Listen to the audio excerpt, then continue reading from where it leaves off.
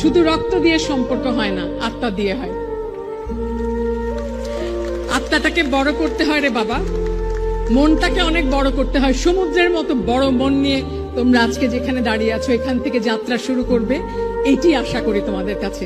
কোন রকম মন ছোট করবে না, কোনোভাবে একটুও কার্পণ্য করবে না। কেউ ভালো করলে 10 বার বাহবা দেবে, কেউ ভালো করলে ঈর্ষা করো না, ঈর্ষা তোমাকে ছোট করে।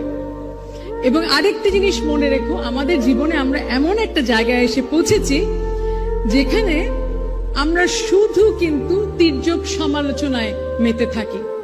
সমালোচনাটাকে গঠনমূলক করো, যেন আজকে দাঁড়িয়ে সমালোচনা যেটা করছো, যাকে সমালোচনা করছো তাকে গিয়ে পর মুহূর্তে জড়িয়ে ধরে বলতে পারবে যে ভাই আমি তোমার ভালো চেয়েছি বলে তোমার জন্য সমালোচনাটা করলাম। কিচ্ছু জানি না কিন্তু আমরা।